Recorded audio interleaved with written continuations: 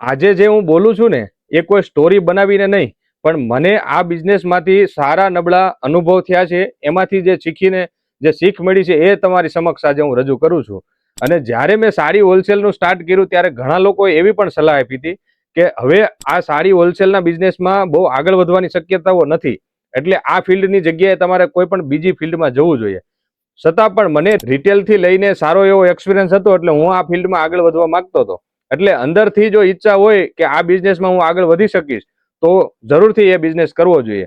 અને અત્યારે લોકોને અમે સાડીઓ સેલ કરવા માટે અને કેવી રીતે એમનો શોરૂમ અથવા તો એમને ઘરેથી એ ગ્રો કરી શકે અને એમની સુધી કસ્ટમર કેવી રીતે આવી શકે, આવા બધા એક્સપિરિયન્સ અમારા જે થયેલા છે એ બધા એની સમક્ષ રજૂ કરીએ છીએ. અને અમે સપોર્ટ કરવાની ભાવનાથી સાડીઓનો વેપાર કરીએ છીએ.